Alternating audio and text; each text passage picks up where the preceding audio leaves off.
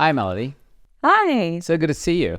So great to be here. So excited. I love the essence of what I found, at least online, about you. It's Melody DanceFit, and I like the idea because our audience is mostly coaches and people who want to do something meaningful in the world outside, and often they have these questions like, "Hey, listen, Ajit, when I'm talking to a client, sometimes I feel like my energy kind of drains out after a little bit, and I feel really tired. What do you do when that happens?" And one of the keys that I suggest to them that they do is dance. I love that. And I think that's kind of the message that you've been trying to communicate through your platform. So tell us more, first of all, what's the message and how and what we're talking about here? Yes. So basically, my whole mission from the inception of my dance fitness brand, has been you deserve to play, to celebrate the good, the bad. And it started out as just one dance fitness class that I did on the side outside of my corporate job. But as I taught my first class, I had this visceral feeling of, oh, no, I have a message to share. This isn't a fitness class, and this isn't a traditional dance class. I'm speaking in my classes a lot.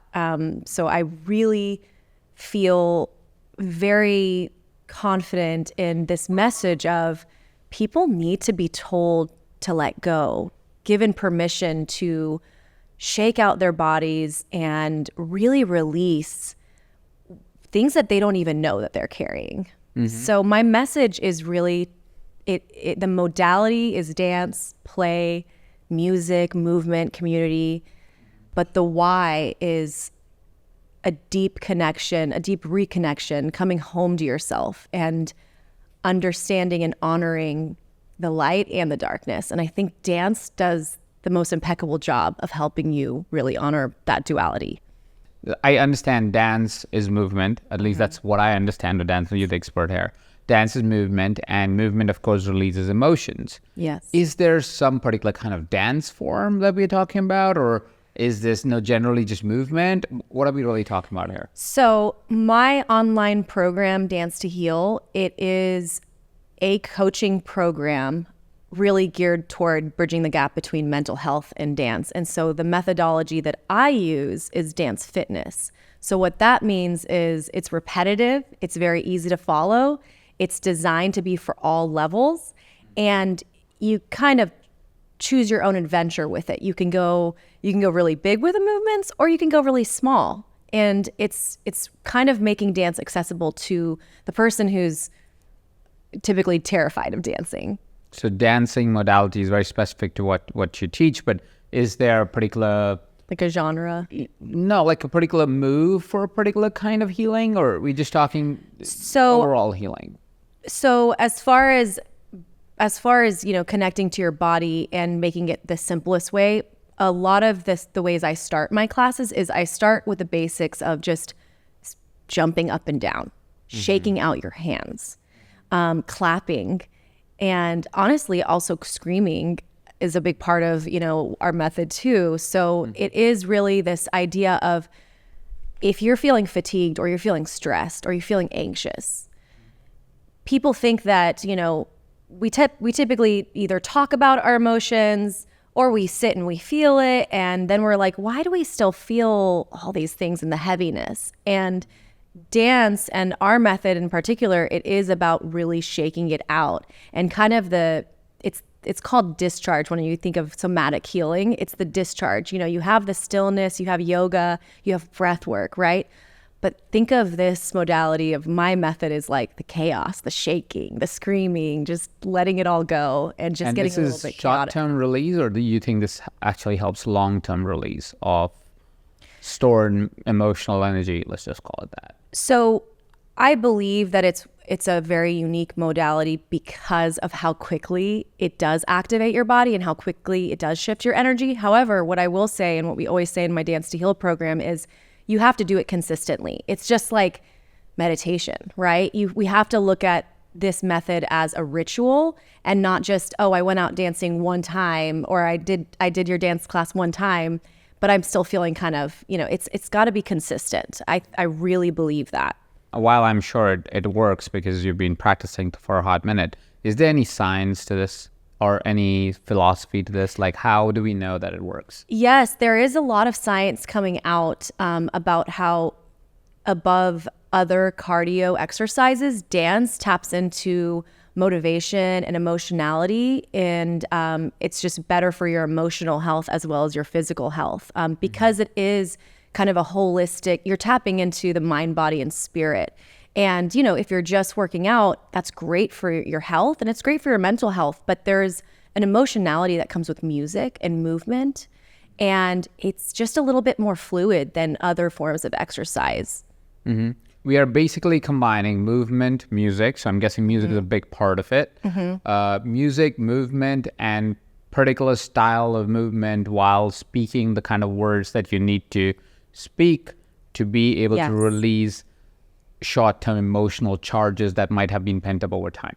Yes, and I'm so thankful that you said that because what my method uses is the combination of mindful messaging, taking bits from positive psychology and, you know, just getting really curious about where you're feeling tension in your body, and then combining it with the practice of dance. And if people are like, well, what do you mean dance?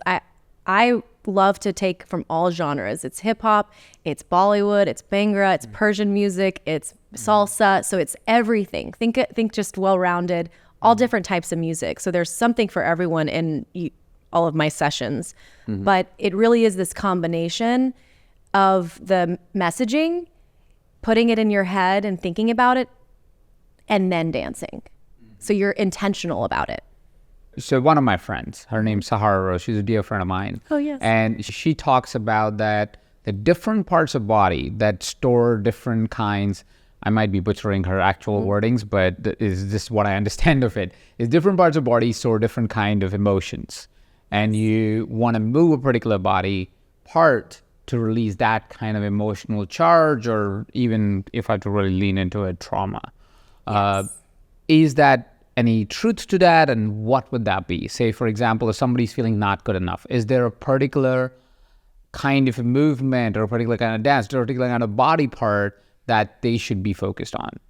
Yes. Well, so when you get into somatic experiencing, that's a little bit different than my Dance to Heal program. It's going to be more specific and it's going to be slower movements. And that practice is really amazing. And I've heard great things about it.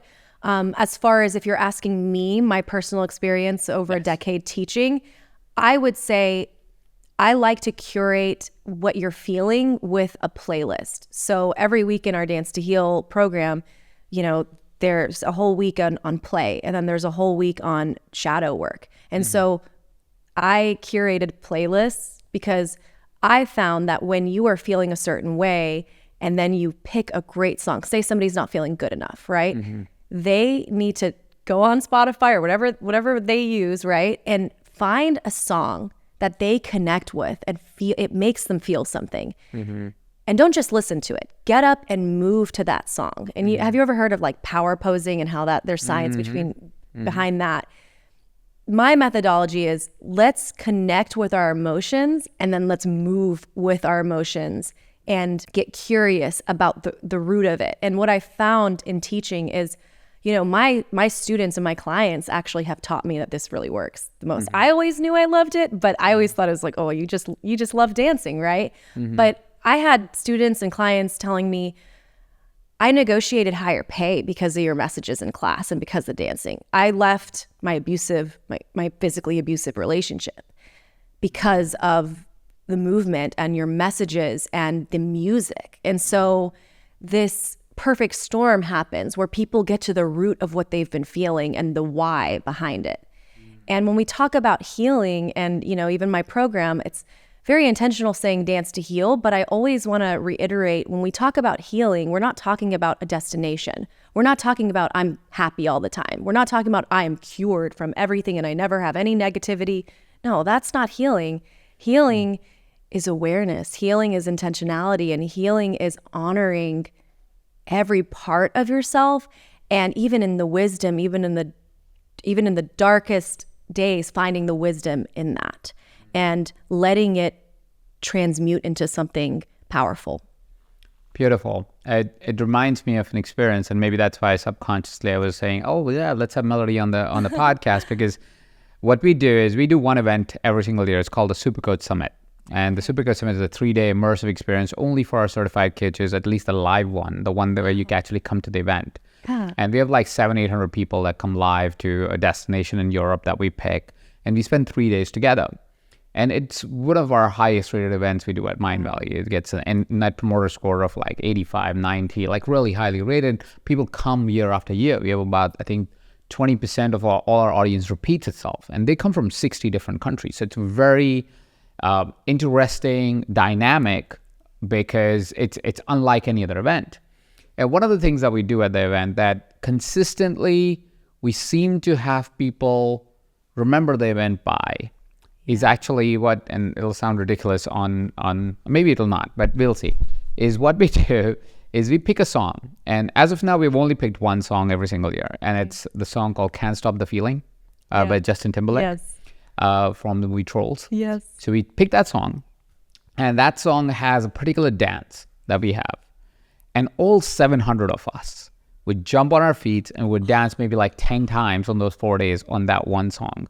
That makes me so happy. And I have a curated playlist, and nobody's allowed to play music out of that playlist. And then again, kind of, it's not as specific as yours, which is like, this is play playlist and shadow work playlist and so forth, but it's mostly an elevated mood playlist with more affirmations in it. Yes. You know, like those kind of you music. Intentionally curated that. Curated playlist. Nobody can play any song that is not on the playlist. That's the only playlist you get to touch for those 3 days. And every year, of course, I update it with whatever I think is the track that I want to add to the vibe of. There's a very specific song we start with. There's a very specific song with, that we end with. We always end with a song called Coming Home. I forget the artist behind it. It's a beautiful song. I'm coming home. Yeah, that one. Oh yes, I love that one. That's towards the last day that becomes the song of the day, kind of. And it's very specifically curated that I think, now that I am hearing you, is why people have such elevated state through the event, is because the energy of the music pulls the conversations that are happening around during the course of that event. Of course, I'm not saying just the music pulls it, but what I'm saying is music and then some movement. It's very kind of choreographed, in a way, very simple choreographed, nothing complex, something that anybody can do. Like my kids do it on stage because they love it so much. And kids that come to our event, and we invite kids to come to our event. Beautiful. Till the time they are being reasonable about it. But they are welcome to come sit in. Like we have 2-month-olds sitting in the event, and we have 10-year-olds sitting in the event, and everybody bring their kids. And they all love jumping on stage and dancing. We have the kids go do that sometimes. Sometimes the adults do that, but everybody's dancing. And that really amplifies the energy of the event. And why I'm saying that is because that sometimes is something that is so childlike in a way. Yes. That I think we as adults kind of forget that that's actually still powerful, like incredibly powerful for us to do. We completely forget that because we're so, I mean, think about it. As adults, are we really urged to play more? And even when you are taking a class, you notice people ask, what are you doing that for? Why are you taking that improv class? Why are you taking that acting class? Why do we need an answer? How about because we're playing? We want to have fun. I'm very serious about taking yourself less seriously. I'm very serious about that. And I'm very serious about being unserious and using humor and laughter and play to get in touch with your life source, your creativity. I mean, I've experienced it. I mean, I was in a corporate job, and then the minute I started teaching dance, my sense of humor came out, my play came out, and it wasn't this thing that you think of when you think of a dance class. You think of everybody looking really cool. In our class, it's the same thing. I pick a playlist, and even when there are songs, hip hop songs that it's, completely misogynistic and degrading toward women, I speak to it and we laugh about it, and then I reinterpret it to empower women, and we laugh about it, and then we dance. And so this combination of play and movement, it activates something that people don't expect. People don't expect it to do so much for them. And I think that's why I've dedicated my entire life work to this, because I know it's something that can transform people's lives, and nothing in their life has to change except the fact that they're doing this practice and the fact that they're reconnecting with themselves in a childlike way. in a way where it's not about looking cool. It's not about looking put together. In fact, the goal is to do the opposite, be playful, be silly, be chaotic. And so I really want to bring that out of people, because I think we grow up and then we really try really hard to be like, oh, nice to meet you. It's like you go to networking events and it's the same thing. And I've always just wanted to take the stiffness out of every event, every, self, spirituality and self-help. This space is so beautiful, but, and same with professional, anything you do, it's like, let's loosen up a little bit. Let's take a deep breath. Let's laugh at ourselves a little bit. Life's funny. It's beautiful, it's magical, it's tragic, and it's really funny. It is. And I think we forget to, like you said, we forget to play. So if somebody was listening to this right now, they're like, all right, great, I get the point. That I should be dancing or I should be moving, and that music is definitely a big supporter of this conversation or supporter of this thing. What is something that somebody can do for themselves? Let's say they're first just saying, hey, let me try this out before I actually connect to Melody. Yes. What is the first step? What is the thing that you would say, hey, consider this? Okay. I would say whatever this person is feeling, say they're dealing with anger and they're just mad about their life right now, and they're feeling pretty upset about how things are going, and they feel it in their body. They don't know how to get rid of it. They're trying to, they're doing the therapy, they're doing the work. I would say sit down, make a playlist for yourself of songs that emulate what you're feeling. Maybe songs, just as you said, you have a curated playlist to elevate the mood, positive, inspiring. Let's do it for every emotion. So if this person is experiencing deep anger, deep resentment, find songs that help you get into that emotion, because we think those emotions that we experience, we just want to get rid of them, but we don't want to spend any time with them. So create the playlist and forget about this term dance of what it needs to be. Put on the song, put it on loudly, and stand up, and you can do it in the safety of your own home. You don't even have to have a mirror, and just jump up and down, move your body, bang your head, go do some head banging, and just see what comes up for you then. Do it for 5 minutes and see what comes up for you. That's what I would say, because my goal is to guide people back to themselves. I'm not a guru. I don't have answers. I'm still learning every single day. But what I do know is that this practice, this modality, helps us find ourselves, and in that, rely on ourselves and understand that we do have the root of our questions. We have the answers. We know the root. We just need to spend some time letting ourselves go there. And even though we don't think that it's always productive, it really is. This is something that's very powerful. That is so true. And now that you say it, I'm like, wow, this music, and let me know if this sounds right to you, is if you pick the right set of music, if it is meaningful to you, I think you can, even without the dance, you can use it to kind of get into the right state. Like I'm just recalling what I do, and this is just like me self-observing myself. I'm like, all right, I have a playlist that pretty consistently I play in my car whenever I'm driving, and it's my curated playlist, and it is because it has meaningful music to me. I'm a little bit of a romantic. I listen to Bollywood music. I understand Hindi, so I understand poetry in Hindi a lot more easier than poetry in English. Yes. Because I like just the words have a deeper meaning to me, because that's the language I grew up speaking. So I have this curated playlist that's called Mystic Magic and Music or something like that. Yes. And this is the consistent playlist that would play. And then I have another playlist which has the English music that also resonates with my morning playlist. And that has basically some set of songs that are more spiritual to me. Yes. Because they have a spiritual meaning, and that's the state I want to get in every single day as I lean into my work, which is kind of spiritual to me, or it's my spiritual practice in a way, because it's expressive and communicative, and it is about adding value to somebody else. It makes me feel more alive that way, makes me feel more connected to oneness, just because I'm adding value to people. I'm giving something instead of asking for something, and so it's a great way for me to get into state before I even hit the office, or if I'm going anywhere, just the state I get into. So my curiosity was, do you have such practices beyond the dancing? Of course, dancing is super helpful. I totally am with you on that. Yes. But do you embody this music element everywhere in your life? And isn't it funny that people always ask me, is that your real name, Melody, and you do this for a living? And I think, yeah, it's destiny. I'm pretty sure it's my destiny. Absolutely. And I'm so glad that you brought that up, because I think dance is just an unsuspecting modality that people don't really know how powerful it can be. However, yes, the music element, I mean, in my Dance to Heal program, I do have, the last week is about how do we really integrate this practice, and what I'm coaching and what I want people to leave as my legacy is, I tell them, I'm like, I have a crying playlist. I have a crying playlist, and I have a song that it's funny. It is kind of funny because I think about it too. There's a song that I have on that crying playlist that I think I've been emo listening to that song since I was maybe like 16. And it's beautiful because I want come to know back. that song.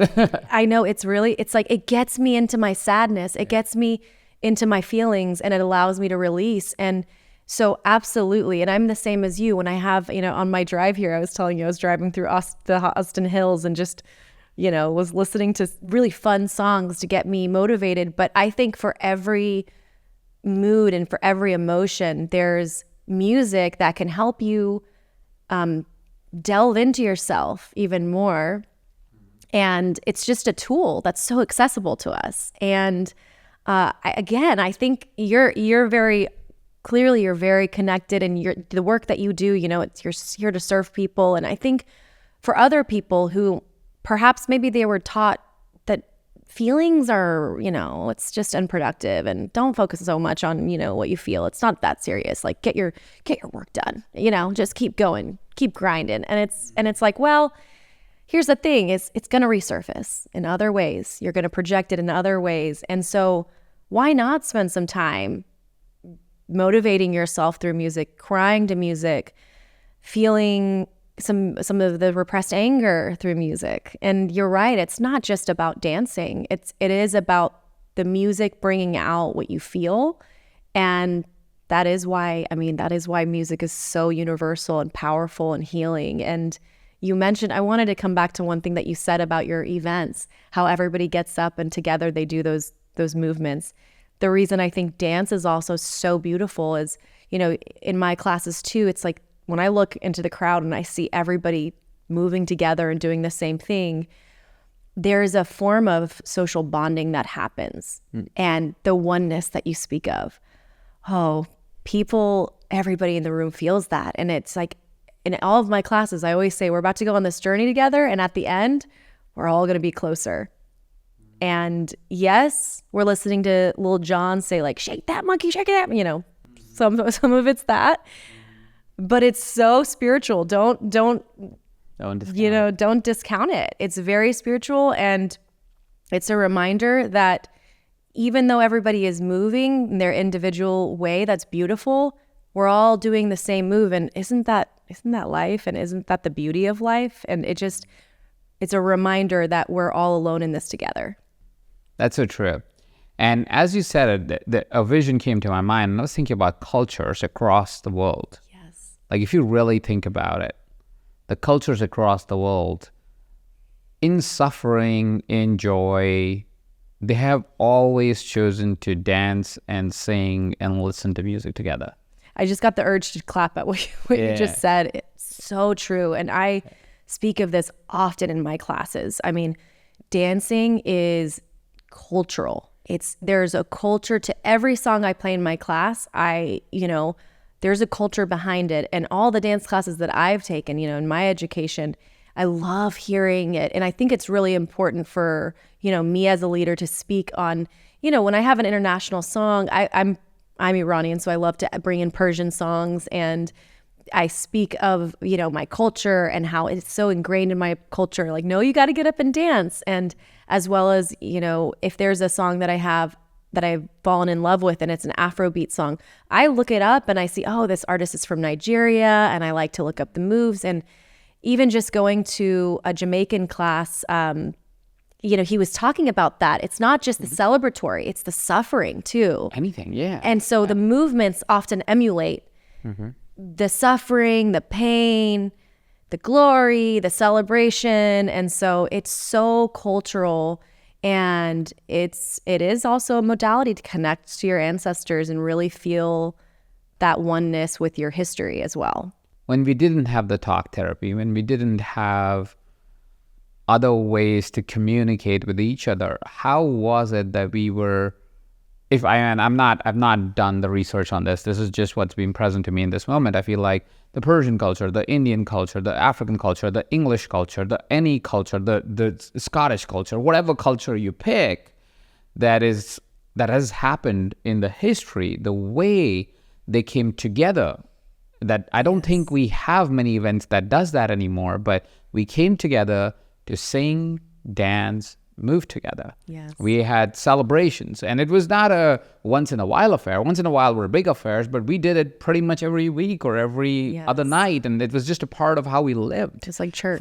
It was like, hey, let's go. And I mean, they also drank a lot, so fine, they drank as well, but you don't have to do that, or you can do that too. But the point really is that there was another guest just right before you, and she talked about how loneliness is a big epidemic. She's more in the field of understanding mental health and how the culture is being what's happening in the culture scape. And one of the things that she shared was the biggest epidemic or biggest concern right now for mental health is loneliness. Yes. I'm like, we didn't have those issues because we had things like dancing together. We had things like singing together, things like listening to music together, things like poetry or listening to poetry together. And all of that can now be combined so much more easier and held and still is so less available in a way.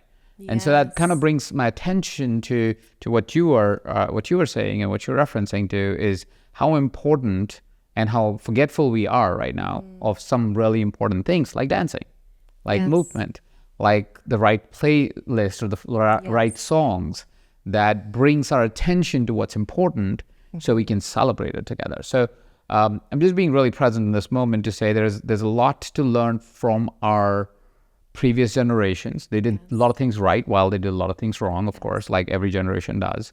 But the things that they did right, maybe they need to make a comeback. Yes.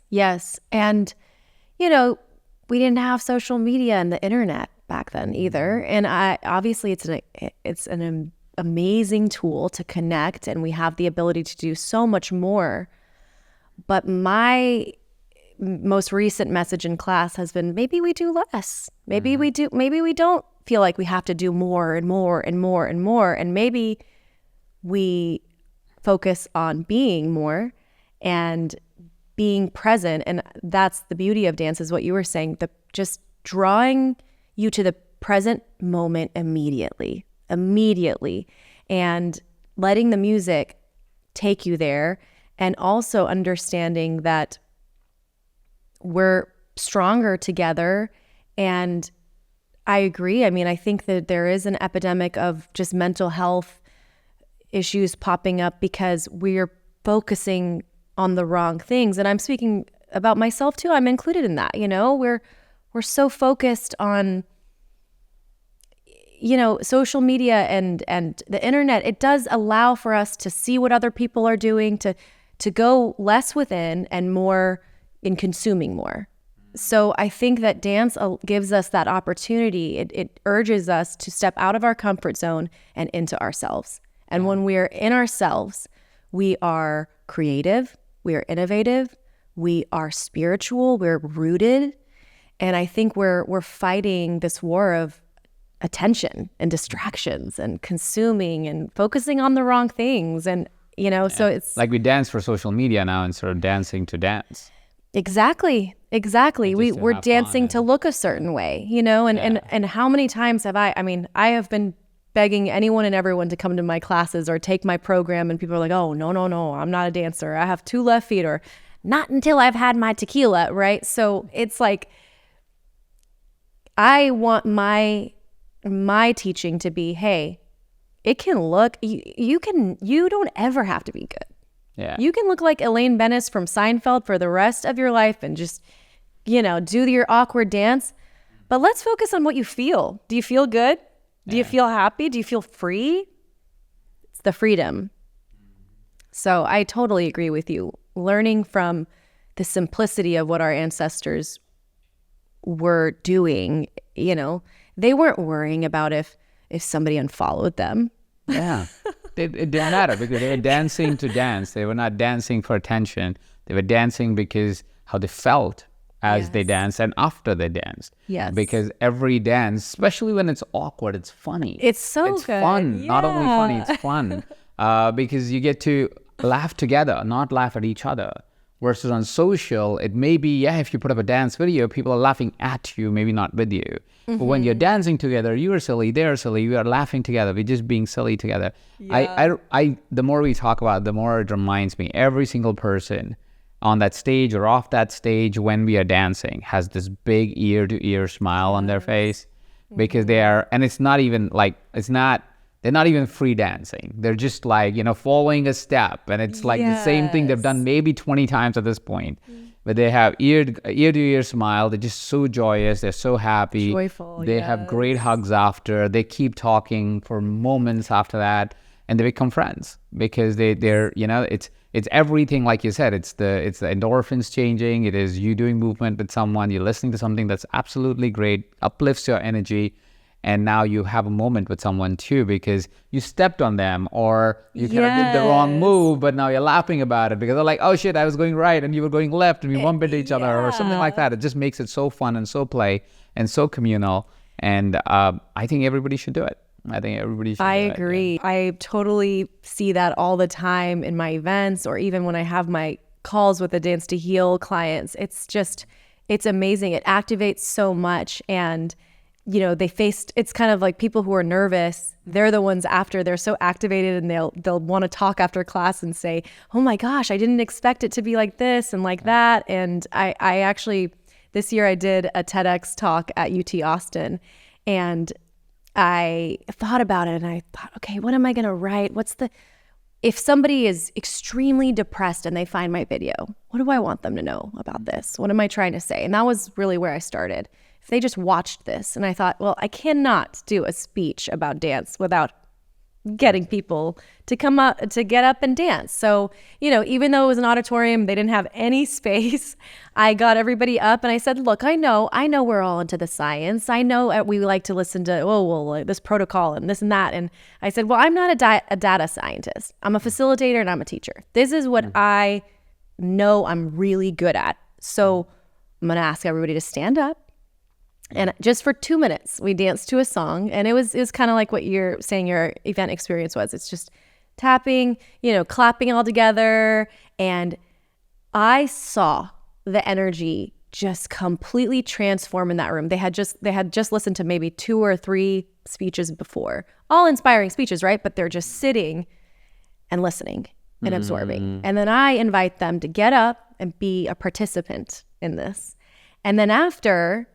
Everybody, I said, give yourself a round of applause. And it was that same energy of just like everybody looking at each other, talking to each other, laughing. Oh my gosh, this and that. And just, it was this aliveness in the room, in the auditorium. And then I said to everybody, if you did this at home and if you did this with me right now, what are you experiencing? Take note, scan your body, scan how you feel, because that just took 2 minutes. That was just 2 minutes. And look at what that did. And you're so right. It reinforces what we're here on this earth to do. And it's to be alive and to play and to explore ourselves with joy. Thank you so much, Melody. Melody, what would be the best way for people to know more about your work? Follow me on Instagram or YouTube at Melody DanceFit. My Dance to Heal program is also on Instagram. And my website is melodydancefit.com. Thank you. Thank you so much, Melody, for taking the time and speaking to us. Thank you so much for having me.